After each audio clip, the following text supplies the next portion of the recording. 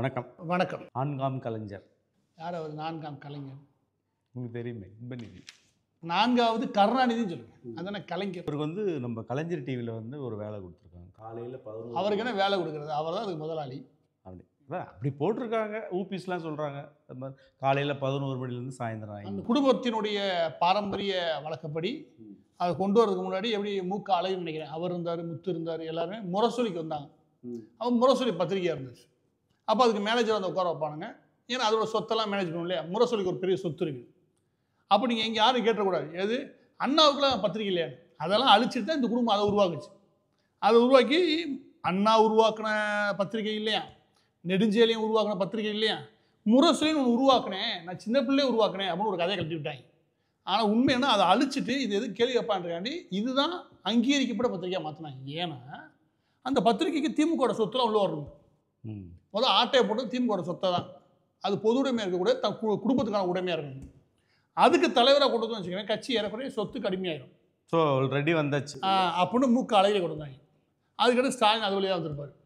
ஸ்டாலின் கொண்டு வரும்போது கூட உதயநிதி அது வழியாக கொண்டு வந்திருப்பாங்க. கலைஞர் டிவி அவரை நகர்த்தி அப்புறம் முரசொலியுடைய அந்த அறக்கட்டளை இல்லையா அவரை தலைவராக மாற்றிருப்பாங்க. அந்த டைமில் தான் கட்சி பொறுப்புலலாம் எதுவும் வரமாட்டார், வெறுமே நிர்வாகம். அது ஊரில் இவருக்கு வந்தப்போ சொல்லுவாங்க, இன்பநிதியெல்லாம் இனிமேல் கட்சி ஆசையே கிடையாது. அவர் கட்சி ஆசை கிடையாது, ஒன்றும் கிடையாது.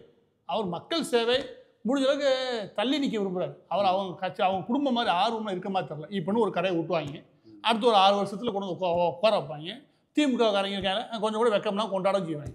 இன்னும் கொஞ்சம் நாள் வெளியே பண்ணுங்க, அதுக்கு டவுஸ் கழட்டி போட்டால் துவைக்க தயாராக இருப்பாங்க. அவ்வளோ வெக்கங்கட்ட ஒரு மானங்கட்ட ஒரு கேவலமான பிறவியில் இருக்கக்கூடிய திமுகவுக்கு இன்பநிதி சரியான பொருத்தம் தான்.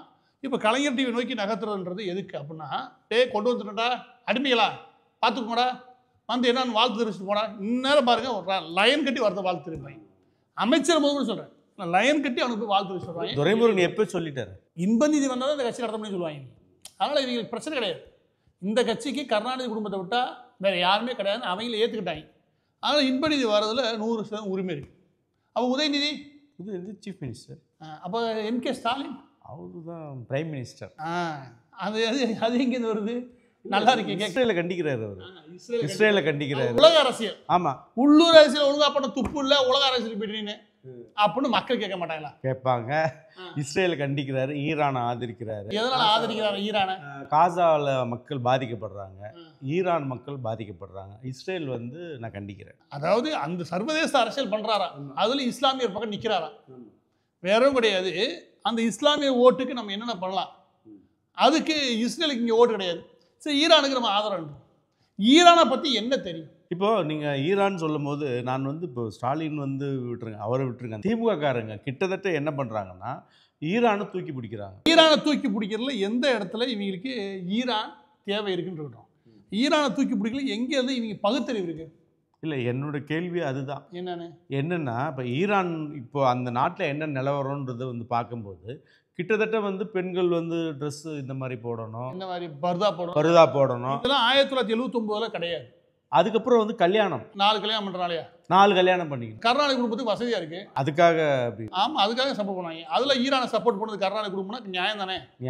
அந்த குடும்பம் அந்த மாதிரி வாழுது. வேற என்ன வேணும்? அப்புறம் எஜுகேஷனில் பெண்கள் வரக்கூடாது, படிக்கிறது. இந்த குடும்பத்துக்கே எஜுகேஷன் வராது, அதனால் அதுலேயும் சப்போர்ட் பண்ணலாம். அப்போது ஓட்டு உரிமை கிட்டத்தட்ட பெண்களை வந்து அடிமை பண்ணுறாங்க. இவங்க வந்து புரட்சி பெண்கள் சொல்கிறோம். நீங்கள் பகுத்தறி பேசுகிறீங்க, எந்த அடிப்படையில் ஈரானை சப்போர்ட் அதுதான் உங்களை நான் கேட்குறேன். என்ன சொல்லணும் அப்படின்னா, ஈரான் மீது இஸ்ரேல் தாக்குதல் தண்டிக்கத்தக்கது. அதே நேரம் ஈரானில் நடக்கூடிய ஆட்சி கொடுங்கோல் ஆட்சி.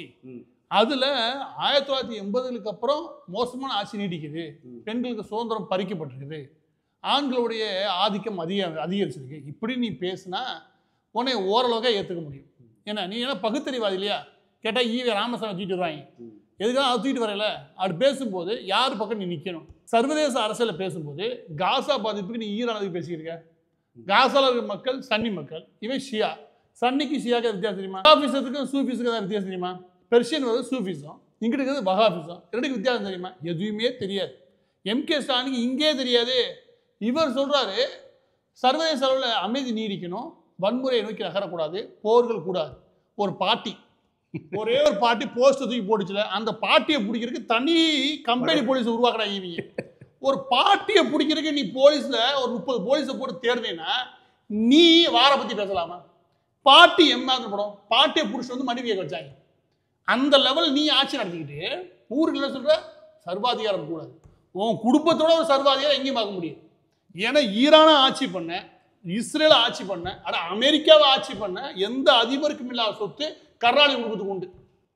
அப்படி இருக்கும்போது அவ்வளவு இழிச்சாவாயத்தனமான ஒரு தமிழ்நாட்டில் மக்களை ஃபுல்லாக இழிச்சாவாயன் ஆகிக்கிட்டு நீ ஆட்சி நடத்திக்கிட்டு ஒன்றை முதல் கட்டிக்கணும். ஃபர்ஸ்ட் சர்வதேச நாடுகள்லாம் சேர்ந்துட்டு, ஏன்டா ஒரு நாடு இந்தியான்னு ஒரு பாவப்பட்ட நாடு, அதில் குட்டி மாநிலத்தை ஆட்சி பண்ணிக்கிட்டு இந்த அளவுக்கு சொத்து சேர்க்குறானே, அறிவு கெட்ட மக்களா உங்களுக்கு ஏதாவது புத்தி இருக்கான்னு உலகம் முழா சேர்ந்து நம்மளை கண்டிச்சா நான் இருக்கு. நீ அங்கே பேச ஏன்னா எந்த பேசுறதுக்கு ஒரு தகுதியே கிடையாது. அதாவது இப்போ நம்ம இப்படி புரிஞ்சுக்கலாம்னு நினைக்கிறேன். இப்போ இந்தியாவில் வந்து இஸ்லாமியர் ஒடுக்கப்படுறோம் அவங்க சொல்கிறாங்களே, சொல்லட்டும். அதே மாதிரி இஸ்ரேலால் வந்து ஈரான் இஸ்லாமியர்கள் ஒடுக்கப்படுறாங்க. மற்ற எல்லா இஸ்லாமியர்களும் ஒடுக்கப்படுறாங்க. அதுக்கு முன்னாடி 7ஆம் நூற்றாண்டுக்கு முன்னாடி யார் ஒடுக்குனாங்க? ஈரானில் பெர்ஷியன் லேண்டாக இருந்தது. எப்படி இஸ்லாம் லேண்டாக? அதுவும் எனக்கு பெர்ஷியன்ன்றது வந்து ஒரு மதமா என்ன? பெர்ஷியன்றது ஒரு கலாச்சாரம். அங்கே இருந்த மதத்தில் ஒழிச்சது ஏவன் இப்படின்னு போனா அப்போ ஒடுக்கப்பட்ட அழிக்கப்பட்ட மக்களுக்கு குரல் கூட அப்பவும் பகுத்தறிவில் மாட்டிக்கவேல. அப்ப நீ சர்வதேச அரங்கில் பேசலாம் விடு. இன்னைக்கு நீ இஸ்லாமியரோட ஓட்டு வங்கிக்காக பேசுறேன்னா உன் பகுத்தறிவில் 1008 கேள்வி கேட்க வேண்டியிருக்கு. இன்னைக்கு மத ரீதியாக ஒடுக்கப்படுறதா விஷயத்தை நீ குரல் கொடுத்தீங்கன்னா, நேற்று 7ஆம் நூற்றாண்டு வரைக்கும் இருந்த விஷயத்தை யாரு கேள்வி கேட்பா? அதை ஒடுக்குனது யாரு?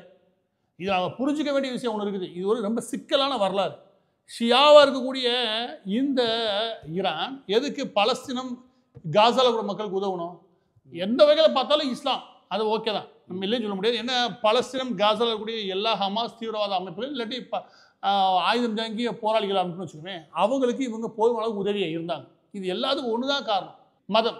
நம்ம என்ன கேட்கணும் அப்படின்னா, ஆபிரகாமிக்கு மதங்களால் அந்த மேடில் இவ்வளோ பலிகள் நடக்குது. பகுத்தறிவாதியான என்கேஸா என்ன சொல்லணும்? மதத்தால் இவ்வளோ பலிகள் நடக்குது பாருங்க. இந்து மதம் பாருங்க, எங்கேயாவது பலிகளின்னு தெரியுதா? ஏதாவது மதத்தை அழிக்க முயற்சி பண்ணுதா? ஏதாவது மதத்தை அழிச்சிட்டு தான் மதத்தை பரப்ப முயற்சி பண்ணுதா? அது வாட்டில் இருக்குல்ல பாரு. எங்களை பார்த்து கற்றுக்கும் சொல்லுமா இல்லையா பகுத்தறிவாதி? மத நம்பிக்கை இல்லைனாலும் பரவாயில்ல, இங்க இருக்கிற மண்ணில் இருக்கிற மக்களுடைய குணத்தை புரிஞ்சு நடந்துக்கோங்க. நீங்க 3000 வருஷமா கடந்த 3000 வருஷமா அந்த மேடுக்காக, ஜெருசலம்ன்ற மேடுக்காக ரத்தம் சொட்ட சொட்ட வரலாறு ஓடிக்கிட்டு இன்னுமா நீங்க திருந்தாம இருக்கீங்க அப்படின்னு பேசினா எம்.கே. ஸ்டாலின் சர்வதேச அரசியல்வாதி கண்டிப்பா இல்ல, பகுத்தறிவாதி இல்ல, நீ நியாயமான அரசியல்வாதி. எதுக்கு துப்பு இல்லை. எனக்கு இங்க இஸ்லாமியோட ஓட்டு தேவை, அதனால இஸ்லாமியோட ஓட்டுல எங்க சென்டிமெண்டா இருக்குது, அதுக்கு எதாவது நான் குரல் கொடுப்பேனா? நீ ஒரு வியாதி. எனக்கு என்ன இன்னொரு கேள்வி, இப்போ இருக்கிற சுப்ரீம் லீடர் வந்து ஈரானில் வந்து பார்த்தீங்கன்னா கிட்டத்தட்ட வந்து பெண்கள் வந்து இந்த மாதிரி ட்ரெஸ் போடணும், கல்வி இஸ்லாமிய சட்டம் சரியத்தில் அமல்படுத்தியிருக்காரு. அப்போ எனக்கு என்னென்னா, இப்போ இதுக்கு நீங்கள் போன வீடியோவில் கூட சொல்லி 1979க்கு முன்னாடி வந்து அங்கே வந்து இருந்த ஆண்ட ராஜா பரம்பரை, அவருக்கு வெஸ்டர்ன் கலாச்சாரத்துமே ஈடுபாடு இருந்தது. அண்ட் மோர் ஓவர் உண்மை சொல்லணும்னா அதுக்கு முன்னே அவ்வளோ பெரிய ஒடுக்குமுறைலாம் கிடையாது. பெர்ஷியன் வழியாக வந்த இஸ்லாம் இங்கே இந்தியா பொறுத்த வரைக்கும் நீங்க யோசிச்சு பாருங்க, முகாலயர்களுடைய எந்த ராணி பர்தா போட்டு உட்காந்து பார்த்தீங்க? நியாயம் பேசுங்க. எந்த ராணி முகாலயர்ல பர்தா போட்டு பேசுவீங்க? எல்லாம் முக்காடு போட்டுருக்காங்க. முக்காடு போட்டு ஹிந்துக்களுக்கும் பழக்கம் உண்டு, இன்னைக்கும் உண்டு. நார்த்தில் அவங்க முக்காடு போடுவாங்க. அந்த கலாச்சாரம் எல்லாருக்குமானது. எனவே அங்கே வஹாபிசம் வரல, சூஃபிசம் இருந்தது. பெர்ஷியன் லேண்ட் வழியாக வந்தது. வாக்குரிமை கொடுத்துருக்காரு பெண்களுக்கு. ஐயோ, அதை எல்லாமே கொடுக்க வேண்டிய அவசியம் இல்லை. நீங்கள் ஈஜிப்தோ இல்லாட்டி டர்க்கியோ இல்லாட்டி ஈரானோ இவங்க எல்லாம் வரும். ஏன்னா பாலஸ்தீனம் காசாவே சொல்கிறேன். பாலஸ்தீனம் காசா நீங்கள் பெண்களில் நீங்கள் பர்தா போட்டு பார்க்க முடியாது. நார்மலாக இருப்பாங்க, நல்லா படிக்க வைப்பாங்க கூட. என்ன ஃபைனான்ஸில் அவங்க விழுந்துட்டாங்க, அவ்வளோதான். தவிர்த்து இவங்க வரலால வேறு. ஜோர்டான், இங்கிட்டு லிபியா, இந்த பக்கத்து ஈஜிப்து, இது எல்லாமே வேறு கலாச்சாரத்துடையது. இன்றைக்கி நீ கேட்டீங்கன்னா ஈஜிப்து அந்த காலகட்டத்தில், அதாவது சவுதி அரேபியா தன்னை உச்சமாக பெரிய எண்ணெய் காட்டிக்கிற காலகட்டம் எது இஸ்லாமுக்கு.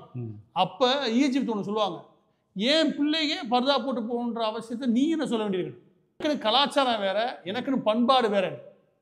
அப்போ அவங்க தெளிவாக இருந்தான்னு வச்சுக்கோங்களேன். இஸ்லாமிய படையெடுப்புக்கு ரெவல்யூஷனுக்கு அப்புறம் இஸ்லாமிய சட்டங்கள் அமலாக்கப்படுற வரைக்குமே ஈரான் அப்படியான நாடு கிடையாது. ஈரான் இன்னும் உங்க சொல்கிறீங்க சர்வதேச அளவில் அதிகப்படியான மாடல்ஸ், அதாவது 1970, 60களில் உலகம் முழுவதும் புகழ்பெற்ற மாடல்ஸ் எல்லாமே ஈரான்லேருந்து வந்தவங்க. ஃபேஷன் ஷோலாம் நடந்திருக்கு, பெரிய லெவலில் இருக்கும். எனவே ஈரான் அப்படியான லேண்ட் எப்பவுமே இருந்தது கிடையாது, எப்போவுமே இருந்தது கிடையாது. இந்த இஸ்லாமிக் ரெவல்யூஷன் நடந்ததுக்கப்புறம் உருவான விஷயம். ஒருவேளை பெரியாரிஸ்டோ இல்லை திமுகவோ இல்லாட்டி இந்த வலதுசாரி ஆட்களோ இவங்கெல்லாம் ஏதாவது உருப்படியாக பேசணும்னு நினச்சாங்கன்னா இதை எடுத்து பேசணும். அப்போ நீங்கள் ஒரு பெண் சுதந்திரம், இல்லை மத சுதந்திரம், இல்லை கருத்து சுதந்திரம், ஒரு ஜனநாயக அமைப்பு, இந்த மாதிரி வார்த்தைகளுக்குலாம் ஏதாவது அர்த்தம்னு பேசணும். அர்த்தம் இருக்குன்னா நீ எப்படி ஈரான்கிட்ட போற? உனக்கு என்ன தேவை இருக்கு? ஈரானுக்கு யாரும் உனக்கு தெரியுமா? யாரா நீன்னு கேட்க போறேன். அப்போ நீ குரல் கொடுக்குறதுக்கு ஒரே காரணம் இங்கே இஸ்லாமிய ஓட்டு. இந்த அளவுக்கு தீவிரமாக மதவெறி பிடிச்சி இஸ்லாமிய ஓட்டுக்காக அலையிற ஒரு கும்பலை பார்க்கவே முடியாது. அதுக்காக என்னவும் செய்வானுங்க. அது சொல்ல கோவை குண்டுவெடிப்பு காரணமான நபர்கள் விடுதலை கூட பண்ணுவானுங்க. நீ இதுதான் வரலாறு திமுகவோட. பதிவோடு இருந்தே எனக்கு என்ன ஒரு கேள்வினா, இப்போ திடீர்னு ஸ்டாலின் அவர்கள் வந்து உலக அரசியல் பேசுறதுக்கான காரணம் என்ன? திடீர்னு இஸ்ரேலுக்கெல்லாம் கண்டனம் தெரிவிக்கிறது. ஒன்று மத ரீதியான ஓட்டு, இன்னொன்று என்ன அப்படின்னா எப்பவுமே திமுக செய்யக்கூடிய மிக முக்கியமான விஷயம் அது என்ன? பிரிவினை அரசியல். சர்வதேச குரல் கொடுக்குற மூலமா நாங்கள் ஒரு நாடு, ஒரு நாட்டினுடைய அதிபராக நான் குரல் கொடுக்குறேன். அதெல்லாம் அவர் சர்வதேச தலைவராக மாறியிருக்காரு. அவர் இந்தியாவுக்கு தலைவர் கிடையாது, தமிழ்நாட்டுக்கு தலைவராக இருந்து அவர் குரல் கொடுக்குறாரு. அந்த விதத்தில் நாங்கள் சர்வதேச விஷயங்களுக்கெல்லாம் இதுக்கு மட்டும் குரல் கொடுக்குறாரு. இன்னும் 2-3 விஷயத்துக்கு குரல் கொடுத்துருக்காரு. ஆமாம் ஆமாம், அங்கே எங்கன்னா பாதிக்கப்பட்டாங்க அப்படி இங்கேருந்து குரல் கொடுப்பாப்புல. அவர் சர்வதேச அரசியல்வாதி. உள்ளூர்ல ஊரில் இஎஸ்ஐ ஹாஸ்பிட்டலு அதுக்கு 500 சீட்டை கூட்டுறதுக்கு வக்கீலாம் சுற்றி தீராங்க. கலைஞருக்கு மணிமண்டபம், கலைஞருக்கு செலவு வச்சு தீராங்க. 500 படுக்கை வசதியை கூட்ட சொல்லி 3 வருஷம் அது சொல்லி அதுக்கு நிதியும் ஒதுக்காச்சு. அதை ஒழுங்கா பார்க்க துப்பு இல்லாத ஒரு ஆள் சர்வதேச அரசியல் பேசுனா உங்களுக்கு எவ்வளோ கேவலமாக இருக்கும். அந்த கேவலமான எண்ணம் தான் எனக்கு வருது. எனவே இதெல்லாம் ஊர் திட்டுவான்னு தெரியும்.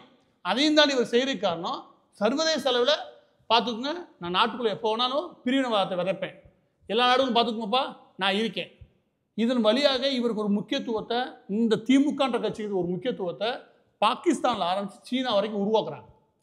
நீங்கள் நம்புங்க, இந்த கட்சி இதை திட்டமிட்டு தான் பண்ணுது. சர்வதேச அரசியலில் இந்தியாவை பிளக்கக்கூடிய சக்தியாக திமுக இருக்குன்றதை உறுதிப்படுத்தும் விதமாக எல்லா நேரமும் திமுக தலைவர்கள், முக்கியமாக எம்.கே. ஸ்டாலின், கருணாநிதி பண்ணுற வேலை. கருணாநிதி இதை பண்ணாலும் முடியாது, ஆனால் எம்.கே. ஸ்டாலின் தீவிரமாக துணிஞ்சு தான் பண்ணுறாரு. இதையெல்லாம் திட்டமிட்டு அழிச்சிடணும். அவன் இஸ்ரேல் ஈரான் அழிக்கிறான், ஈரான் இஸ்ரேல் அழிக்கிறான் கிடையாது. ஒட்டுமொத்த இந்தியாவை சேர்ந்து திமுக அழிச்சிடணும், கருணாநிதி குடும்பத்தை. அந்த குடும்பத்தை தூக்கி மொத்தம் உள்ள வச்சுட்டு வச்சுக்கவேன் இந்த பிரிவினைவாதம் வரக்கலாம் வாய்ப்பே கிடையாது. இல்லை நாட்டுக்கு வெளியே இவங்க சீனா, பாகிஸ்தான் எல்லா இடத்துக்கும் உறவு கொண்டாடுவாங்க. இவங்க எதிர்கால இந்தியாவினுடைய ஒற்றுமைக்கு ஆபத்தான கும்பல். போலி வாக்குறுதி, ஊழல் அரசியல், குண்டர் அரசியல், ஆதிக்க அரசியல், யார் எங்கு எப்போது, உண்மை அறிய தினமலர்.